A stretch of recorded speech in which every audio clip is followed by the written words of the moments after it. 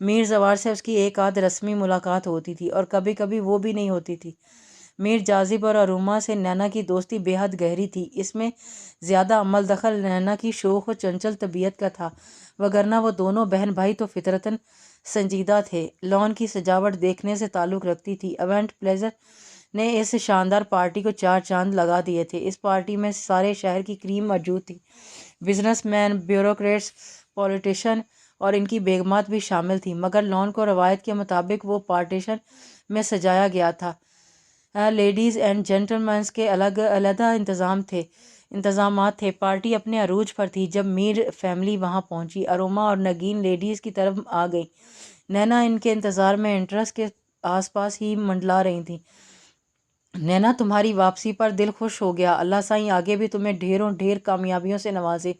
رومی، دیکھو چھوٹی C doctor تو بہت پیاری لگ رہی ہے۔ نگین اس کے سر پر ہاتھ رکھ کر خوش دلی سے بولی تھی۔ تھینکس خالہ جان، مگر میں بہت ناراض ہوں۔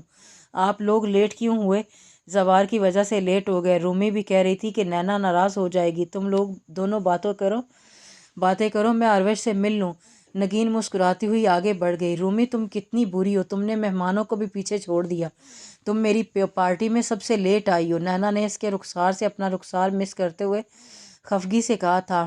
زوار بھائی کا ویٹ کر رہے تھے، میں تو کب سے تیار بیٹھی تھی، ان کی وجہ سے لیٹ ہوا۔ ان کی میٹنگ ختم ہونے کا نام ہی نہیں لے رہی تھی، بڑی مشکل سے نکلے ہیں۔ اروما نے صفائی پیش کی تھی۔ ان کے لیے اتنی دیر کرنے کی کیا ضرورت تھی؟ سڑو سا بندہ ہے، اگر نہیں بھی آتا تو چل جاتا۔ نینا اپنی ہی بات پر کھلکھلا کر ہنسی تھی۔ You are impossible. ویل، بہت اچھی لگ رہی ہو۔ ڈریس ساتھ لے کر آئی ہو یا پھر یہاں پہنچتے ہی شاپنگ بھی کر لی؟ نینا کا میر زوار کو لے کر مذاق کرنا اروما کو ناگوار گزرا تھا، مگر وہ نظر انداز کر گئی کیونکہ نینا اس کے بچپن کی بے تکلف دوست تھی۔ وہ نینا کی عادت سے بھی واقف تھی۔ وہ بہت کم سیریس ہوتی ہے، اس کی حس مزاح تیز تھی۔ اس کی یہی خصوصیت تھی جس نے اسے پورے خاندان میں سب سے منفرد بنایا تھا۔ اماں لے کر آئی ہیں، انہوں نے کال پر مجھ سے پوچھا تھا تو میں نے کہہ دیا کہ جو آپ کو پسند ہو وہ میری پسند، آپ جو بھی لائیں گی میں پہن لوں گی۔ ان کی چوائس پر آنکھیں بند کر کے بھروسہ کیا جا سکتا ہے، نینا نے کندھے اچک کر سادگی سے بتایا تھا۔ بلیک لانگ سکرٹ پر فون کلر کا فل سلیوز ٹاپ تھا جس پر ننھے ننھے جھلملاتے وائٹ گولڈ ستاروں سے ایمبرائڈری کی گئی تھی۔ وہ سمپل سے ویسٹرن ڈریس میں بے حد پرکشش لگ رہی تھی۔ خالہ کی چوائس تو ہٹ ہوتی ہے، تم پر سوٹ بھی بہت کر رہا ہے۔ اروما نے کھلے دل سے تعریف کی تو نینا جھپک گئی تھی۔ رومی، ہماری فیملی کی آنٹیز وہاں اس والے کارنر پر ہیں، ہم بھی وہاں چلتے ہیں۔ مجھے تو بہت بھوک لگ رہی ہے تمہارے انتظار میں۔ اب تک ڈنر نہیں کیا؟ وہ اروما کا ہاتھ تھام کر چل پڑی تھی۔ پارٹی میں موجود حاضرین ڈنر کے ساتھ خوش گپیوں میں مصروف تھے۔ ان دونوں نے بھی نگین اور اروش اور رانیہ کے ساتھ والے صوفے سنبھال لیے۔ لکنگ سو پریٹی۔ مجھے نہیں لگتا کہ اس پوری محفل میں بھی کوئی بھی لڑکی نینا کا مقابلہ کر سکتی ہے۔ تحریم نے نینا کے شولڈر پر جھولتے خوبصورت سلکی بالوں کی لٹوں کو سنوارتے ہوئے کہا۔ اس کی تعریف میں چھپے طنز کو رانیہ کے سوائے کوئی نہیں سمجھ پایا تھا۔ نینا اور اروما کے تو سر سے ہی گزر گئی تھی۔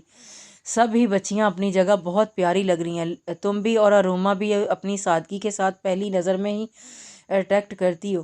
رانیہ نے تحریم کو جتانے کے لیے اروما کا نام لیا۔ تحریم پہلو بدل کر رہ گئی تھی۔ ایکسکیوز می، میں ابھی آتی ہوں۔ اروش نے معذرت کی تھی۔ مہمان دھیرے دھیرے جانے لگے تھے۔ وہ ان کو الوداع کہنے کی نیت سے اٹھ گئی تھیں۔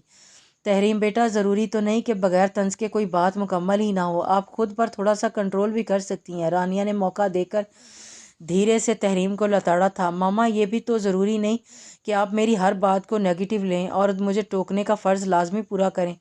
تحریم دانت بھینچ کر برجستہ بولی تھی۔ زائم اسی طرف آ رہا ہے، اب آپ پلیز مجھے مت ٹوکیے گا۔ زائم شاہ بلو ڈنر سوٹ میں ملبوس پینٹ کی جیب میں ہاتھ پھنسائے ان لوگوں کے پاس نینا کے صوفے کی پشت پر آ کر کھڑا ہوا۔ اروما نے اسے دیکھتے ہی خود پر بے نیازی طاری کر لی تھی، جبکہ زائم شاہ کی شوخ نگاہوں نے اس کے کومل مکھڑے کو نظروں کے حصار میں لیا تھا۔ نینا، اپنی فرینڈ کو ڈنر نہیں کروایا؟ دیکھو ان کے منہ کیسے لٹکے ہوئے ہیں۔ زائم شاہ نے دونوں صوفے کی پشت پر جما کر نینا کو مخاطب کر کے انتہائی سنجیدگی سے کہا، بھائی میں کیا کروں، ان کے منہ ہی ایسے ہیں، لٹکے رہتے ہیں۔ نینا نے بھی برجستہ جواب دیا۔ زائم شاہ سمیت وہ سب بے ساختہ ہنس پڑی تھی۔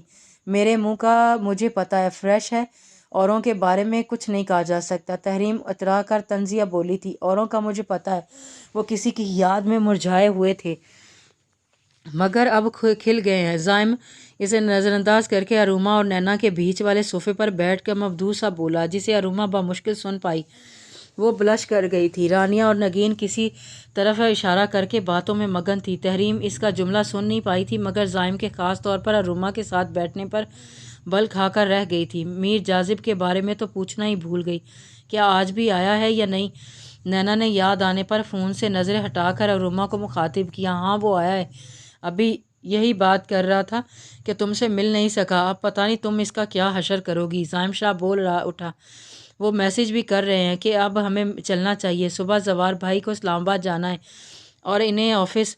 اروما نے میسج پڑھ کر مطلع کیا، اماں اب ہمیں بھی چلنا چاہیے۔ اس نے نگین کو متوجہ کیا تھا، اروش کہاں ہے؟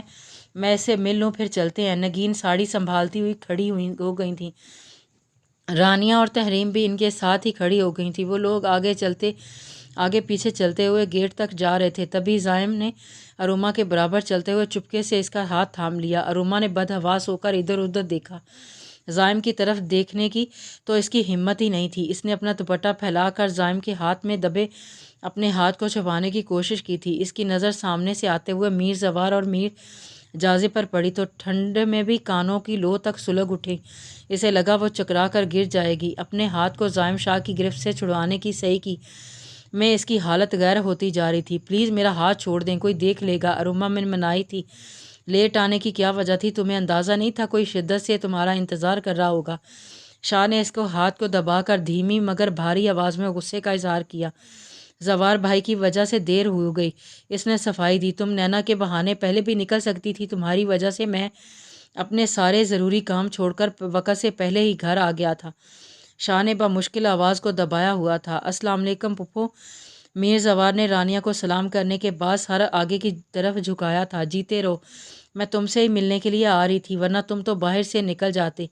رانیہ نے اس کے سر پر ہاتھ پھیر کر شکوہ کیا تھا، آپ سے ملنے کی خاطر پارٹی اٹینڈ کی ہے ورنہ آج کا دن بے حد مصروف گزرا ہے، اس نے آہستگی سے کہتے ہوئے برابر میں کھڑے نینا اور میر جاذب پر نظر ڈالی۔ نینا مسلسل جاذب کو لان تان کر رہی تھی، پھر بھی میر زوار کی آہستگی سے کی گئی بات پر وہ چونک کر اس کی طرف دیکھا۔ وہ میر زوار کا جملہ سن چکی تھی، جیزی تم میں سے بننے میں اتنے مغرور ہو گئے ہو، خدا نخواستہ پی ایم سی ایم بن جاتے تو تمہیں اپنی غریب سی دوست نظر بھی نہ آتی۔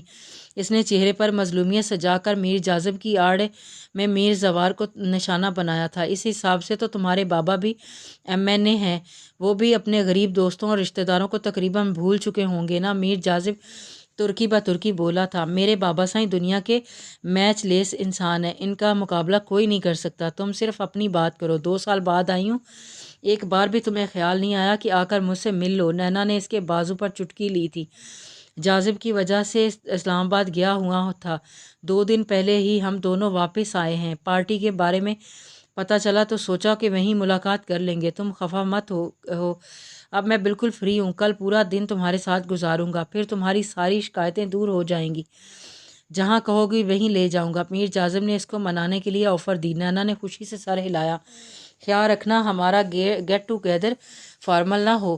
اس نے چور نظر سے میر زوار کو دیکھا جو پشت پر ہاتھ باندھے گہری نظروں سے اسے دیکھ رہا تھا۔ وہ نظروں کے تصادم پر نظریں چرا گئی تھی، یہ اس کی طرف سے واضح اشارہ تھا کہ میر زوار ان کی محفل میں شامل نہ ہو۔ جاذب سائیں چلیں، دیر ہو رہی ہے۔ میر زوار نے اسے نظر انداز کرتے ہوئے میر جاذب کو مخاطب کیا تھا، ہاں چلو۔ میر جاذب نے اس کی آنکھوں کو بغور دیکھا۔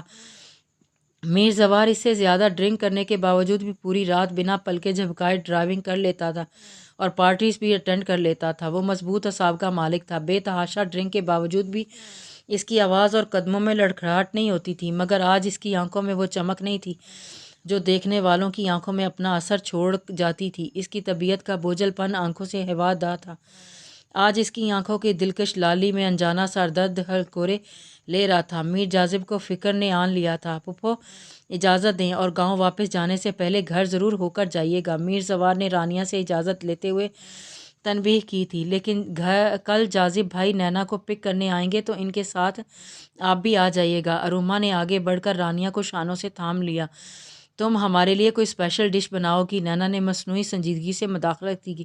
وائی ناٹ، ضرور بناؤں گی. اروما بے ساختہ ہنس پڑی. یار بہت بولتی ہے مگر پیارا بولتی ہے.